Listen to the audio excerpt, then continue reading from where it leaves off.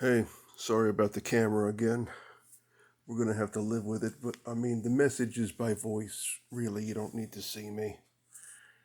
Um, I wanted to say, I stumbled on a video. I would include the link if I could, but I don't have it. It was a lawyer, and he said he's been doing prenuptial agreements, two a week, 2 to 3 a week for 25 years. Two a week for 25 years is 2,600 prenuptial agreements. And he said, that by the end,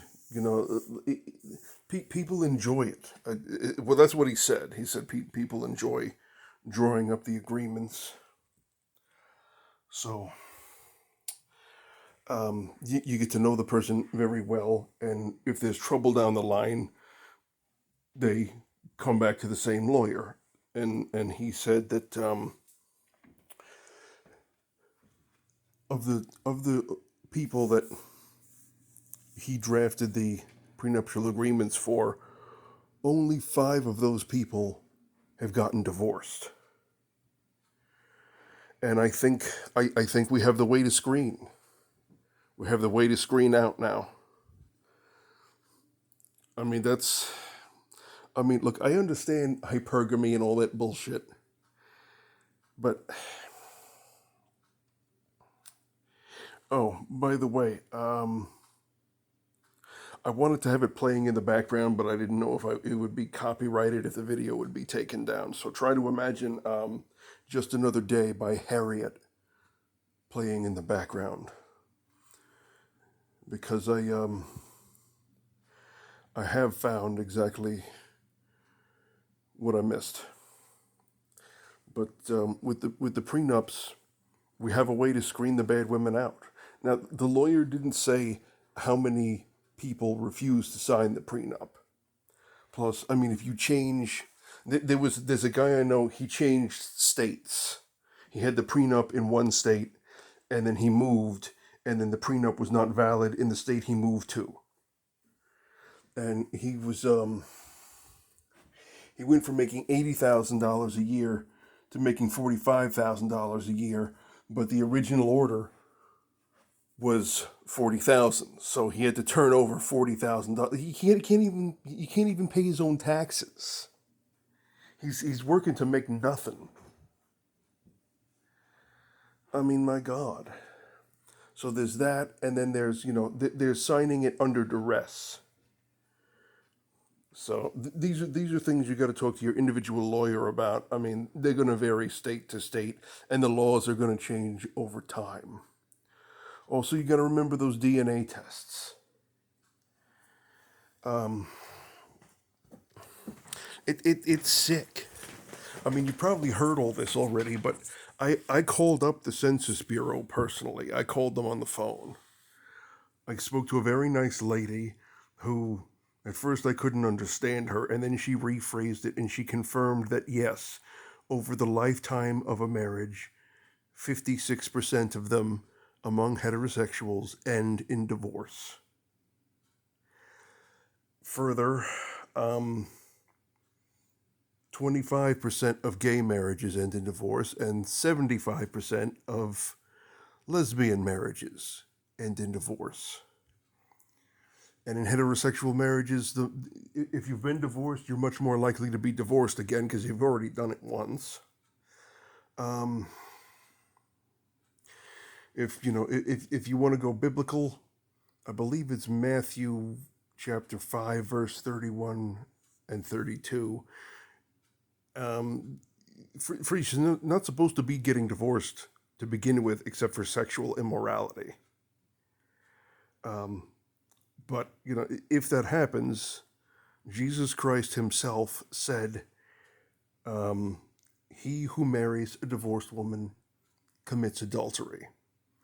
Now, if you want to have a more, I'm jumping around here. If you want to have a more practical, modern stance, if the woman's divorced, okay, she either has very poor judgment in choosing a man, or she was unable to keep a man. And so just stay the hell away from them. Where was I going? Men are from Mars, women are from Venus.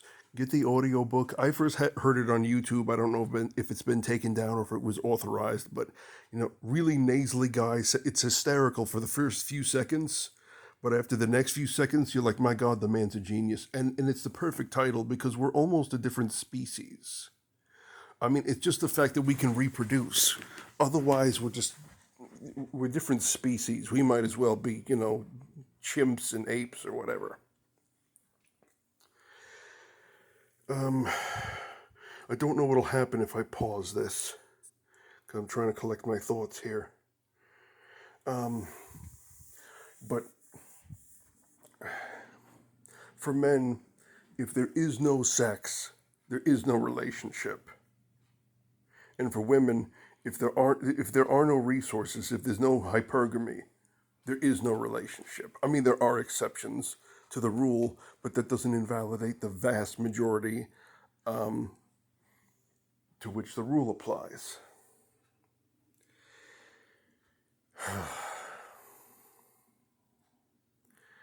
But it just kills me. It just kills me. The previous video, I saved this woman's life. I saved her children's lives. And if she lied. If she had just said to me, I said, I want to see the children. And she said, you can see the children when they ask for you.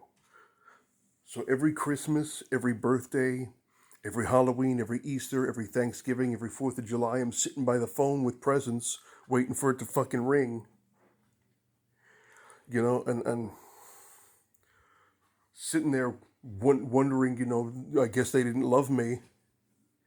And then 3 years later, she said, yeah, they finally stopped asking for you. I've been telling them that you've been in China this whole time. Why would you do that? Why would you be so evil? I mean, my God, why would you hurt them? You want to hurt me, but why would you hurt them? Why would you do that? Gentlemen, there is no limit to the depths a woman will go if she's scorned or hurt. I mean, look, she did this. We had an agreement. We had an agreement about, what was expected from each of us. And when she got into nursing school, she was working full-time and going to school full-time, so the agreement got suspended. But when that ended, I'm like, okay, it's time to go back to the agreement now. I'd like to make love to my wife again. She laughed at me. She actually, and I mean, this was a woman that loved me, okay? You can't fake blushing. So it was real. And it would have been fine if she had just told the truth. If she had just said, like, listen, we're not together anymore.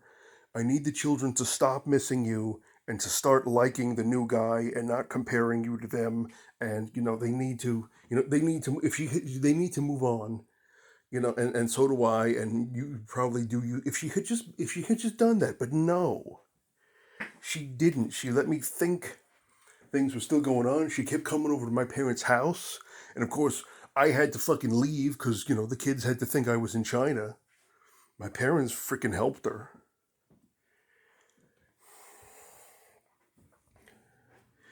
So, look, don't be Captain Save-A-Ho. Don't be a white knight. But on the other hand, I mean, if she got herself into debt, I mean, just, you don't... If somebody's no good, you stay away from them. But on the other hand, we can be their savior if we just stand up and we force them to act right. If we force the disrespect out of them. Okay, I don't mean like hold them down force. I mean just like, listen, we're not doing this. Okay, this is how it's going to be, or I'm leaving. And then you got to leave.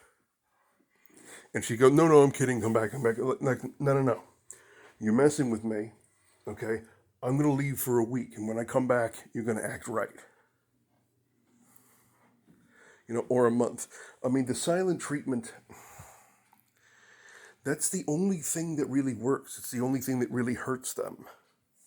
The silent treatment. That's why they do it to us. Because they think we're wired like they are. So you've just got you got a full ghost. Okay? You're going to be tempted to call her. You're going to be tempted to look at her whatever page. Block her. Block her. Erase the number. Erase the phone number so that you can't call. So that you can't look. That's the only thing you can do. Anyway, this is part 8. I hope you've seen the other parts. There's a lot of knowledge here, you know, and I wish my 118 subscribers well. I wish I had better production values. I wish I had been an AV club. I don't even have enough views to bother monetizing the videos, but I hope you guys enjoy them. I hope they've been informative.